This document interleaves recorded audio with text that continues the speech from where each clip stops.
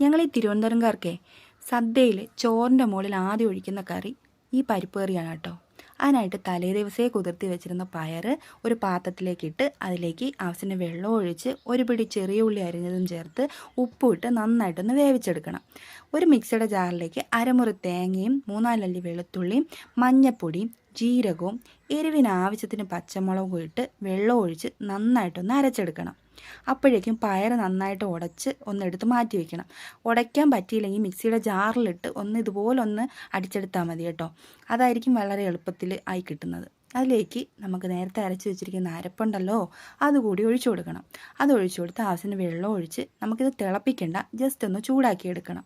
അതിനുശേഷം നമുക്കിതിലേക്ക് ഒരു താളിപ്പിനായിട്ട് ഒരു ചീനിച്ചട്ടി ചൂടാക്കി അതിലേക്ക് വെളിച്ചെണ്ണ ഒഴിച്ചു കൊടുത്ത് കടുകിട്ട് പൊട്ടിച്ച് കടുകെല്ലാം പൊട്ടിക്കഴിയുമ്പോൾ വട്ടത്തിലരിഞ്ഞ് വെച്ചിരിക്കുന്ന ചെറിയ ഉള്ളി കൂടി ഇട്ട് വറ്റൽമുളകും കറിവേപ്പിലയും ഇട്ട് കൊടുത്തതിന് ശേഷം കറിയിലേക്ക് ഒഴിച്ചു കൊടുത്താൽ അടിപൊളി